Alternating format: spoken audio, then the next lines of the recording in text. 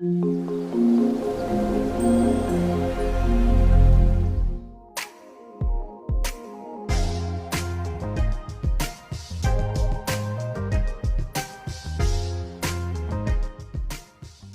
Friends, welcome back to my channel. I am Manoj Kumar और दोस्तों मैं फिर से हाजिर हो गया हूँ आपके सामने एक और नए कंसेप्ट को लेकर के आपकी इन्फॉर्मेशन, आपकी नॉलेज को बढ़ाने के लिए। सो दोस्तों, लास्ट वीडियो के अंदर हमने इजीली अंडरस्टैंड किया कि डैशबोर्ड क्या होता है, कैसे उसके स्ट्रक्चर को, जो उसके पीछे जो डिज़ाइनिंग का जो एक कंसेप्ट है, क्या आर्किटेक्चर वो फॉलो कर रहा है अपनी डिज़ाइनिंग के लिए, वो हमने बखूबी बहुत सिंप्लीफाई तरीके से समझ लिया। साथ में कौन कौन सी चीज़ें किस तरीके से दिखती हैं, कैसे वो लगती हैं, नहीं लगती हैं, ये भी हमने एक बार देखा है। हाँ, उसका प्रैक्टिकल बिल्कुल हमने नहीं किया, तो आज के सेशन में हम उसका प्रैक्टिकल करने जा रहे हैं। तो जैसा कि हमने डैशबोर्ड को पढ़ा, ओवरऑल पिक्चर हमारे दिमाग में यही है कि डैशबोर्ड क्या है, एक ट्री के फॉर्मेट में स्ट्रक्चर को फॉलो करता है। कैसे करता है, यहाँ देखते हैं। भाई, हमारे दिमाग में यही पिक्चर है कि एक डैशबोर्ड होता है, उस डैशबोर्ड में मल्टीपल पेजेस हो सकते हैं, कितने भी पेजेस आप लगा सकते हो। एक पेजेस के अंदर मल्टीपल कॉलम्स हो सकते हैं, ये भी हमें पता है।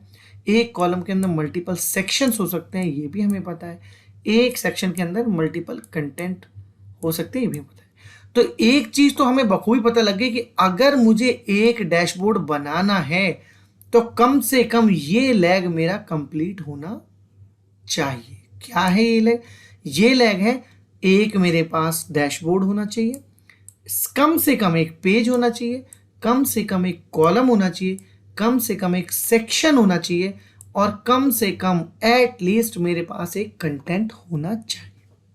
सो दोस्तों, बिल्कुल टाइम वेस्ट नहीं करेंगे, सीधे चलते हैं फ्यूजन की होम स्क्रीन पर और लॉग इन करते हैं एक यूजर से और एक डैशबोर्ड सिंप्लीफाई तरीके से बना के देखते हैं। तो डैशबोर्ड को बनाने के लिए देखिए क्या क्या क्लियर हो।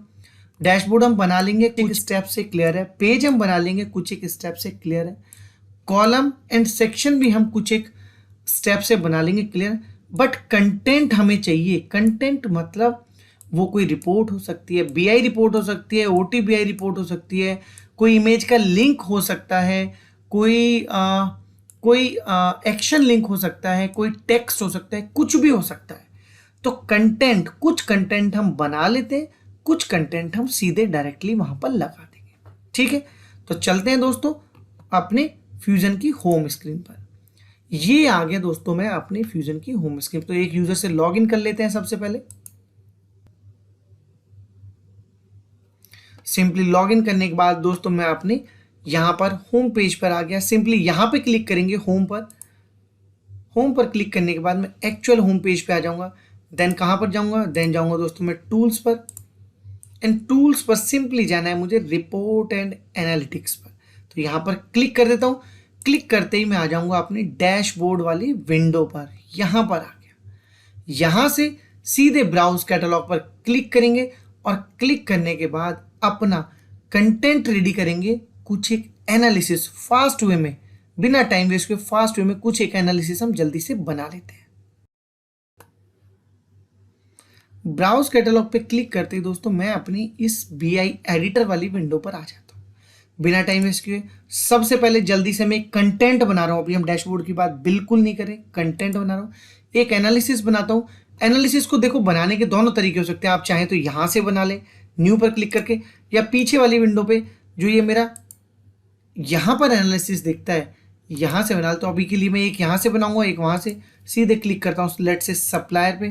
मैं ये एक एनालिसिस बना लेता हूँ कि कितने सब टाइप के सप्लायर्स हैं मेरे पास और उन सप्लायर्स का कितना काउंट है। तो मैंने सप्लायर रियल टाइम का एक एनालिसिस यहाँ पे सेलेक्ट किया। सिंपली कुछ एक कॉलम्स यहाँ पे ले लेते हैं, ज़्यादा कॉलम्स नहीं लेने, सप्लायर का टाइप लेंगे सीधे सीधे, so that supplier wise count हमें मिल जाए। क्योंकि मैनेजमेंट आपकी ज़्यादा चीज़ें देखने के लिए नहीं बैठा है, मैनेजमेंट को ओवरऑल एक्चुअल बस नॉलेज चाहिए। तो सप्लायर का टाइप ले लिया मैंने, और काउंट वाला, मेजर्स वाला यहाँ पे एक डायमेंशन होता है, ये कॉन्टैक्ट है, सॉरी ये काउंट्स वाला है। काउंट वाले में सीधे सप्लायर का ये नंबर ऑफ सप्लायर्स है, इसको मैंने सेलेक्ट किया, ये ले दिया। 2 कॉलम लिए, नेक्स्ट किए। नेक्स्ट करने के बाद मैं बता देता हूँ कि भाई इसका मुझे टेबुलर चाहिए।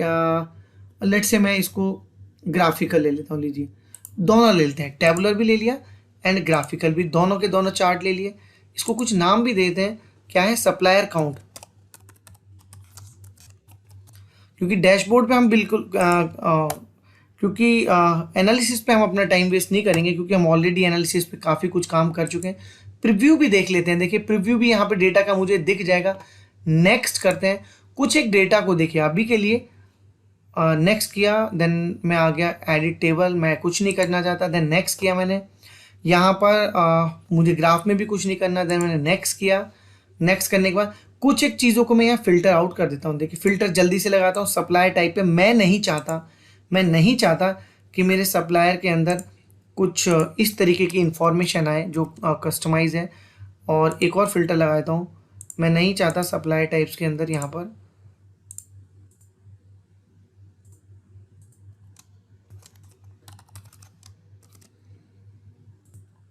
ये कुछ एक इन्फॉर्मेशन, जैसे जैसे मैं लगाता जा रहा हूँ देखिए चीज़ें यहाँ पर इंपैक्ट होकर मुझे दिखती जा रही हैं।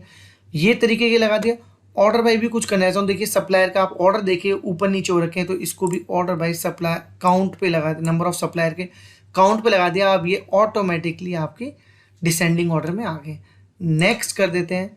नेक्स्ट करने के बाद में कुछ नहीं है, फिर नेक्स्ट कर देते हैं। एंड ये एक मेरा सप्लायर काउंट डिटेल, ये मेरा रेडी है। और इसको मैं एक्स करके कर लेता हूँ, सो दैट मुझे इजीली पता लगे कि ये क्या बन रहा है, राइट। और किस लोकेशन पे करना है वो भी सेव कर देता हूँ। शेड के अंदर, कस्टम के अंदर, OTBI के अंदर, कहाँ गया OTBI, ये रहा OTBI, इसके अंदर सिंपली इसको सबमिट कर देता हूँ। Analysis saved. तो यहाँ पर मोटा मोटी आपने देखा कि एक एनालिसिस मैंने बना लिया, जिसके अंदर मैं ग्राफिकल और टैबुलर दोनों चीज़ें दिखा रहा हूँ और बता रहा हूँ कि कितने नंबर ऑफ मेरे जो सप्लायर्स हैं या वेंडर्स हैं वो मेरे पास हैं। तो ये एक पिक्चर मेरी बन के रेडी हो गई। अब एक कंटेंट मैंने रेडी कर लिया। अब चलते हैं डैशबोर्ड पे। तो ब्राउज कैटलॉग पे फिर से क्लिक किया, न्यू पे गया, एनालिसिस पे नहीं जा रहा हूँ दोस्तों। देखिए यहाँ पे रिफ्रेश भी कर लेता हूँ, क्योंकि अभी मेरा दिखाई नहीं दिया कि यहाँ पे ये देखिए एक्स सप्लायर काउंट आ गया। इसको एक बार चाहो तो रन करके भी आप देख सकते हो। मैं ओपन करता हूँ इसको, ओपन करने पे इजीली आपको दिखाई देगा। देखिए काउंट आ गया, ये आ गया। आप चलते हैं न्यू पर। न्यू के बाद आप चलते हैं डैशबोर्ड पर। तो अब मैं अपना डैशबोर्ड क्रिएट करने जा रहा हूँ। तो यहाँ से आपको बहुत ध्यान से देना, मैंने एक कंटेंट, सिंगल कंटेंट बना करके रेडी कर लिया। क्या मैं बोलता हूँ, XX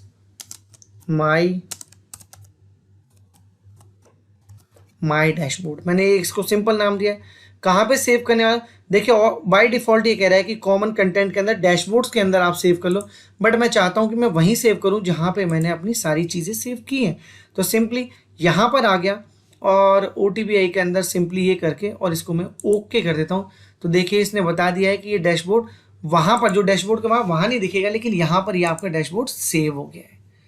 अब ये डैशबोर्ड बन गया। अब दोस्तों कहानी वहीं पहुँच जाती है जो मैंने आपको यहाँ पर दिखाई थी। कहाँ पर, ये दिखाई थी। डैशबोर्ड बना लिया आपने दोस्तों, क्लियर है यहाँ तक। अब एक पेज लगाते हैं। तो देखिए बाय डिफॉल्ट एक पेज यहाँ बनकर आता है। आप चाहें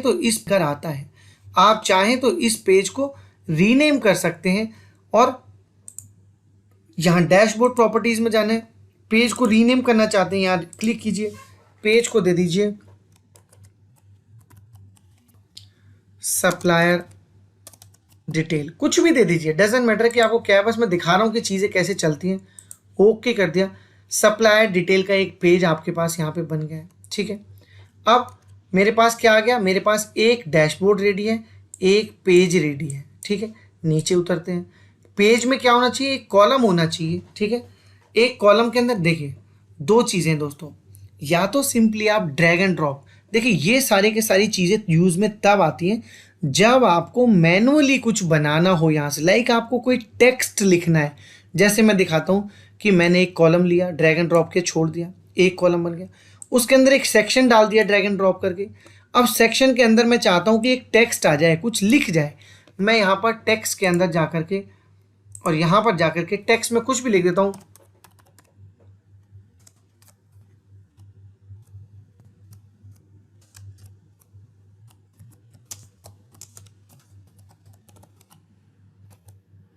ठीक है, ये लिख दिया मैंने, ये आपका यहाँ लिख गया। तो ये सारी चीज़ें तब काम में आती हैं जब मैनुअली आपको कुछ लाइक टेक्स्ट था, अब मैं चाहता हूँ कि कोई एक इमेज आ जाए। देखिए इमेज के लिए फिर से मुझे एक सेक्शन बनाना पड़ेगा, उस सेक्शन के अंदर जाकर के लिंक और इमेज डालना पड़ेगा, और यहाँ प्रॉपर्टीज़ में जाऊँगा। अब यहाँ ब्राउज करने जाता हूँ तो देखिए मेरे सर्वर पे मेरे पास वो इमेज होनी चाहिए, वो इमेज अपलोडेड होनी चाहिए, जो कि नहीं है। तो मैं क्या करता हूँ, अभी के लिए कोई एक इमेज सेलेक्ट कर लेता हूँ जो भी इनके पास है। लेट से मैं ये कुछ मीटर जैसी इमेज है, इसको सेलेक्ट कर लेता हूँ 2 मिनट के लिए कि क्योंकि हमें तो कंसेप्ट समझने से मतलब ही, ये मैंने सेलेक्ट कर ली, एक इमेज यहाँ पे आ गई है। और इस पर क्या करवाना चाहता हूँ, न्यू विंडो, करंट विंडो, और ये मैं एक बात देता हूँ, ये कैप्शन दे दिया, ओके कर दिया, ठीक है, ये हो गया। नीचे वाले में देखिए, नीचे वाले में हमने एक कंटेंट बनाया था जहाँ पर हमने एक डैशबोर्ड बनाया, डैशबोर्ड कर रहा हूँ, जहाँ पर हमने एक एनालिसिस बनाया। तो सीधे चलते हैं नीचे कैटलॉग वाली विंडो पर, यहाँ पर सर्च करते हैं अपने उसको, उसी लोकेशन पे चलते हैं, ये OTBI में आ गए। ये मैंने ये करके एक बनाया है, एक्सएक्स सप्लायर काउंट का एक एनालिसिस बनाया था। कुछ नहीं करना है इसके लिए, ना सेक्शन बनाना है ना कॉलम बनाना है, कोई पेन नहीं लेना है, सीधे इसको पकड़ के ड्रैग एंड ड्रॉप कर देना है, ऑटोमेटिकली एक सेक्शन भी बना लेगा और वहाँ पर ये कंटेंट भी आपका सेट हो जाएगा, ठीक है। सेव कर देता हूँ इसको क्योंकि ऑलरेडी बना हुआ है। सेव करने के बाद रन करके एक बार प्रीव्यू करके देखते हैं कि क्या दिख रहा है, चल भी रहा है, नहीं चल रहा है। तो रन किया मैंने अपना डैशबोर्ड रन करने के बाद आप देखेंगे, देखिए कि यहाँ पर एक टेक्स्ट लगाया था, वो टेक्स्ट मेरे डैशबोर्ड में आ गया। ये अभी हमने पूरी तरह से इमेज का किया नहीं है, लेकिन उसने कैप्शन भी दिखा दिया और इमेज भी लगा दी। हम इमेज पर लिंक भी लगा सकते हैं दोस्तों, बहुत ईजी तरीके से। मैं आपको अभी दिखाता हूँ। साथ में वो डैशबोर्ड भी दिख गया, डैशबोर्ड में कि सप्लायर का जो काउंट डिटेल था वो मुझे ग्राफिकल और टेबुलर फॉर्म दोनों दिख गया, ठीक है। इनको हम इस तरीके से मिनिमाइज और एक्सपेंड भी कर सकते हैं, ठीक है। तो ये एक छोटा सा तरीका था दोस्तों, जहाँ पे मैंने ये ईजिली देखा कि मैं अपने डैशबोर्ड पर किस तरीके से चीज़ों को लगा सकता हूँ। कोई एक सिंपल सा dashboard by using few things मतलब by creating only one content. एक ही कंटेंट मैंने क्रिएट किया, एक ही मैंने एनालिसिस क्रिएट किया, OTBI रिपोर्ट एक ही क्रिएट करी, और उसको क्रिएट करने भर से मेरे पास एक डैशबोर्ड मेरा बनकर रेडी हो गया। फिर इस डैशबोर्ड को सेव करने के बाद बहुत सारी चीज़ें और भी कर सकते हैं अपने डैशबोर्ड पे। यहाँ से दोबारा से एडिट मोड में अपने डैशबोर्ड पे जा सकते हैं, डैशबोर्ड पे प्रीव्यू कर सकते हैं कि किस तरीके से मेरा डैशबोर्ड एक्चुअली दिखेगा जब कहीं पर मैं इसको अटैच कर दूंगा, कैसा दिखेगा, ये कर सकते हैं। सेटिंग में जाकर के बहुत सारी चीज़ें, print and export option, page and report link, ये देखिए एक्सपोर्ट वाले पे जा सकते हैं। अपने जो डैशबोर्ड का जो साइज़ है वो आप यहाँ सेट कर सकते हो, कैसा आप रखना चाहते हो, लीगल रखना चाहते हो या कस्टम रखना चाहते हो, लैंडस्केप रखना चाहते हो, क्या रखना चाहते हो, कुछ भी। मतलब आप देखिए यहाँ पे standard print layouts, standard Excel output, कुछ भी किसी तरीके से आप रखना चाहते हो आप इजीली उसको रख सकते हो। पैरेलली प्रीव्यू भी कर सकते हो। प्रीव्यू देखिए अभी के अभी आपको यहाँ पे प्रीव्यू दिखाई देगा, तो जैसा भी आप चाहें उस तरीके से अपने डैशबोर्ड को चेंज कर सकते हो। तो दोस्तों एक छोटा सा कंसेप्ट था जो आपने बहुत ईजी तरीके से अंडरस्टैंड किया कि एक सप्लाई डिटेल के पेज पर एक एटलीस्ट एक कॉलम बना करके, मल्टीपल सेक्शंस बना करके, देखिए अभी सेक्शन मैंने वर्टिकल बनाए, आप चाहें तो इसको यहाँ से पिक करके आप इसको हॉरिजॉन्टल भी लगा सकते हैं। ये ब्लू लाइन जो है, ये ब्लू लाइन से ही मेरा हॉरिजॉन्टल में और वो उस तरीके से लगता है कहाँ पे मुझे लगाना है, तो वो इजीली लगा सकते हैं और अपने इस कंसेप्ट को क्लियर कर सकते हैं। सो आगे की वीडियोस जरूर देखिएगा जहाँ पर हम एक से ज़्यादा पेजेस बनाने वाले हैं, एक से ज़्यादा एनालिसिस लगाने वाले हैं, प्रॉम्प्ट्स की बात भी करेंगे, इनलाइन प्रॉम्प्ट की बात भी करेंगे और अपने डैशबोर्ड प्रॉम्प्ट की बात भी करेंगे। तो आगे की वीडियोस जरूर देखिएगा। होपफुली दोस्तों इस छोटे से कंसेप्ट ने डैशबोर्ड कैसे बनाते हैं आपकी इन्फॉर्मेशन जरूर बढ़ाई होगी। अगर ऐसा हुआ हो तो दोस्तों वीडियो को लाइक कीजिएगा, शेयर कीजिएगा उन भाइयों के लिए जो OTBI रिपोर्ट और डैशबोर्ड्स को बेहतर तरीके से समझना चाहते हैं। साथ में अपने भाई की मुहिम को सपोर्ट करने के लिए, मुझे मोटिवेट करने के लिए, मेरी इस मेहनत को आगे बढ़ाने के लिए चैनल को सब्सक्राइब जरूर करें, सो दैट आपके पास इस तरीके की छोटी छोटी सही बट इनोवेटिव और सिंपल तरीके की वीडियोस आती रहें, उनके नोटिफिकेशंस आपको मिलते रहें। फिर से मुलाकात होगी दोस्तों एक नए कंसेप्ट के साथ एक नई वीडियो में। तब तक के लिए दीजिए मुझे इजाज़त। Thank you so much.